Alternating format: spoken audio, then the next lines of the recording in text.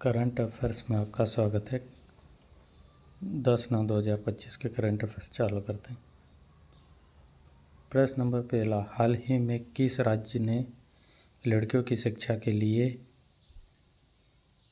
निजुट Moina योजना शुरू की है? कौन सी योजना? निजुट योजना शुरू की है। ए असम, बी मणिपुर, सी नागालैंड, डी मिजोरम।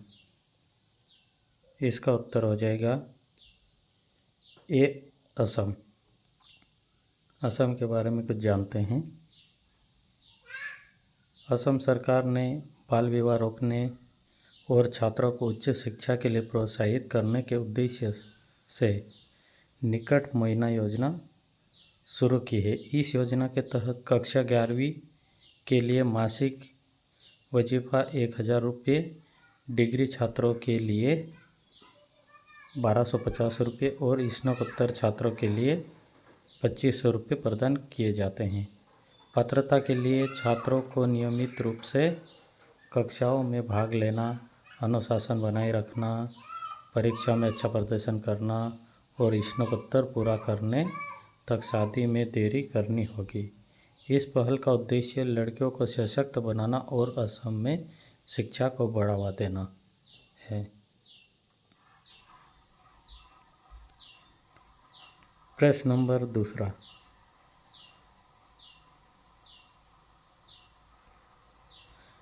एशिया प्रशांत मंत्री स्तरीय आपदा जोखिम न्यूनीकरण सम्मेलन 2024 कहाँ आयोजित किया गया था? ए जकार्ता इंडोनेशिया, बी जिनपिंग चीन, सी मनीला फिलीपींस, डी नई दिल्ली भारत। इसका उत्तर हो जाएगा सी मनीला फिलीपींस। इसका भी विस्तृत जानते हैं। केंद्रीय मंत्री नित्यानंद रॉय के नेतृत्व में एक भारतीय प्रतिनिधिमंडल ने मनीला में एशिया प्रशांत मंत्री स्तरीय आपदा जोखिम न्यूनीकरण सम्मेलन APMCDRR 2024 में भाग लिया। इस सम्मेलन का उद्घाटन फिलीपींस के राष्ट्रपति बॉन्गबॉन्ग मार्को ने किया है। इसका विषय था 2030 तक की ओर एशिया प्रांत में आपदा जोखिम न्यूनीकरण को तेज करने के लिए महत्वाकांक्षा बढ़ाना। APMCDRR एशिया प्रशांत क्षेत्र के लिए आपदा जोखिम न्यूनीकरण 2015 से 2030 के लिए सेंधाई फ्रेमवर्क पर निगरानी और सहयोग बढ़ाने का प्रमुख मंच है। इसमें सरकारें, अंतर्राष्ट्रीय संगठन, नागरिक समाज और निजी क्षेत्र भी शामिल है ताकि आपदा जोखिम न्यूनीकरण प्रयासों में तेजी लाई जा सके।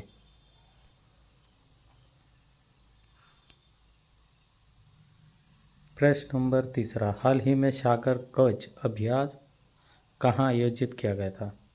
ए विशाखापट्टनम, बी चेन्नई और लक्षद्वीप, सी गुजरात और दमन और दीव और डी गोवा। इसका उत्तर है सी गुजरात और दमन और दीव।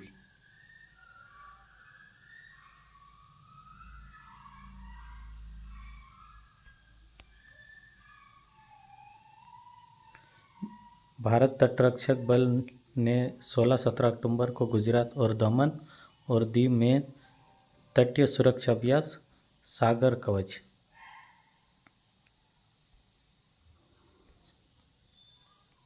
कवच का आयोजन किया है। इस साल यह अभ्यास का दूसरा संस्करण था जिसे गांधीनगर में तटरक्षक क्षेत्रीय मुख्यालय ने संचालित किया। अभ्यास का उद्देश्य समुद्री और तटीय सुरक्षा को बढ़ावा और मौजूदा मानक संचालन प्रक्रिया एसओपी को मान्य करना था। विभिन्न हितग्राहकों ने भाग लिया, जिसमें भारतीय सेना, राज्य पुलिस, समुद्री पुलिस, बीएसएफ, एनएसजी, गुजरात समुद्री बोर्ड, आईबी, बंदरगाह प्राधिकरण शामिल थे। प्रमुख सत्यापित में तट रक्षक और नौसेना के जहाज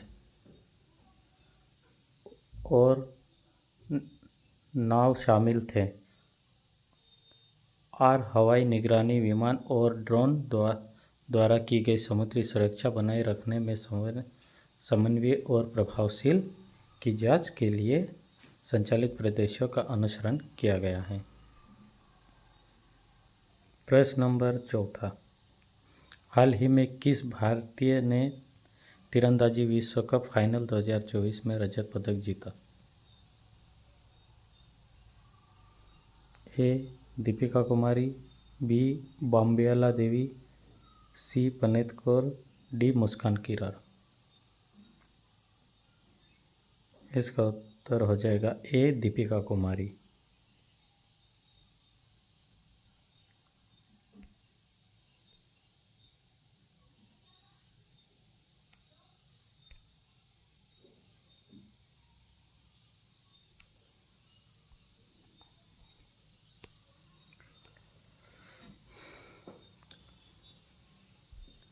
चार बार के ओलंपियक दीपिका कुमारी ने तलास्काला, मेक्सिको में 2024 तीरंदाजी विश्व कप फाइनल में महिलाओं की स्कर्व स्पर्धा में रजत पदक जीता।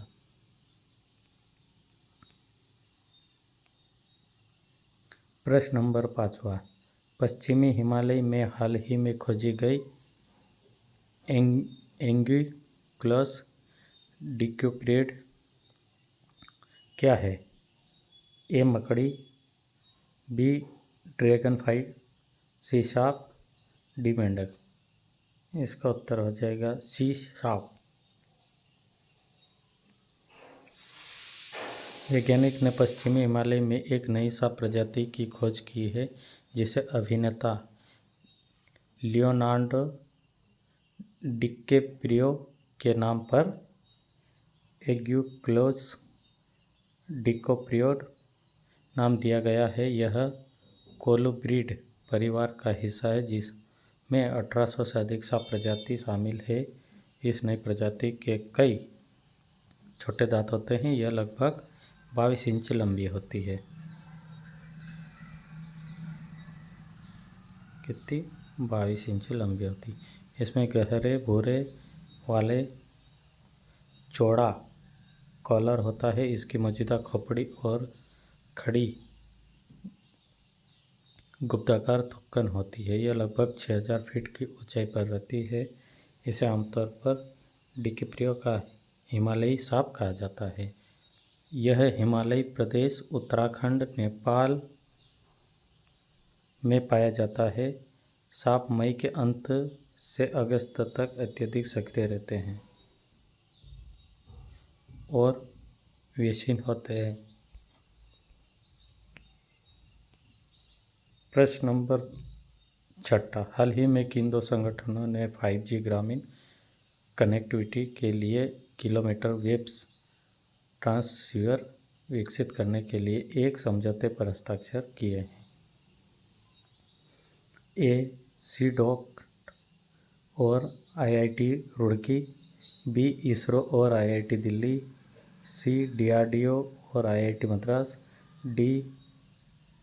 ट्राई और IISc बेंगलोर। इसका उत्तर हो जाएगा ए. सीडॉट और IIT रुड़की। इसका विस्तृत है सेंटर फॉर डेवलपमेंट एंड टेलीमैथमेटिक्स, सीडॉट, और Indian institute of technology IIT Roorkee ने दूरसंचार प्रौद्योगिकी विकास पर TTDF के तहत ग्रामीण कनेक्टिविटी के लिए 5G मिलीमीटर वेव ट्रांसीवर विकसित करने के लिए एक समझौते पर हस्ताक्षर किलोमीटर वेव्स 30-300 GHz आवृत्ति उच्च गति वाले वायरलेस संचार की अनुमति देती है।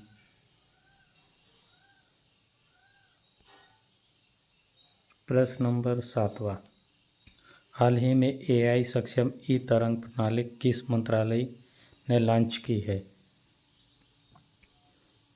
ए. विज्ञान और प्रौद्योगिकी मंत्रालय, बी. सुरक्षा मंत्रालय, सी. वित्त मंत्रालय, डी. शहरी विकास मंत्रालय।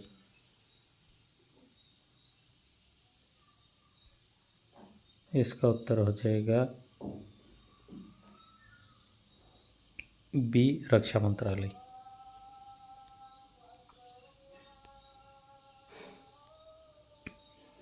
8वां है, किस संगठन ने ओडिशा के 24 सुनामी प्रवण तटीय गांवों को सुनामी रेड्डी के रूप में मान्यता दी?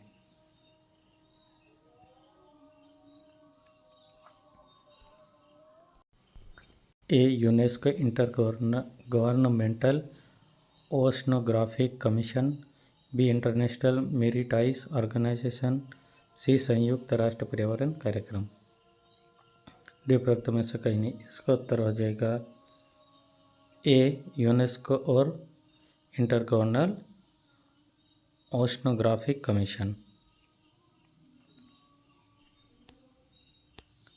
प्रश्न नंबर 9वां, हिंडन नदी किस नदी की सहायक है?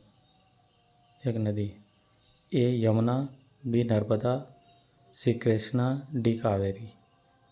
इसका उत्तर हो जाएगा ए. यमुना।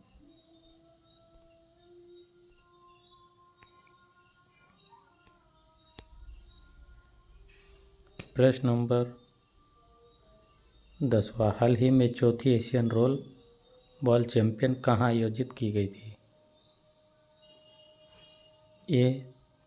थिम्पू भूटान, बी. गोवा भारत, सी. बीजिंग चीन, डी. मैदान इंडोनेशिया। इसका उत्तर हो जाएगा बी. गोवा भारत। चौथी एशियन रोल चैंपियन 16 से 19 सितंबर 2024 तक गोवा भारत में आयोजित की गई थी। यह आयोजन मंडगांव के मनोहर पर्रिकर इंडोर स्टेडियम में हुआ। यह champion role ball federation of India और गोवा रोल बॉल एसोसिएशन में सहयोग से आयोजित की गई थी। इस युवा मामलों और खेल मंत्रालय और भारतीय खेल प्राधिकरण का समर्थन प्राप्त था। यह चैंपियन खेल भावना, एकता और सांस्कृतिक आपदा प्रदान का उत्सव था। यह रोल बॉल खेल को बढ़ावा देने की दिशा में एक महत्वपूर्ण कदम था जो वैश्विक स्तर पर लोकप्रियता प्राप्त कर रहा था।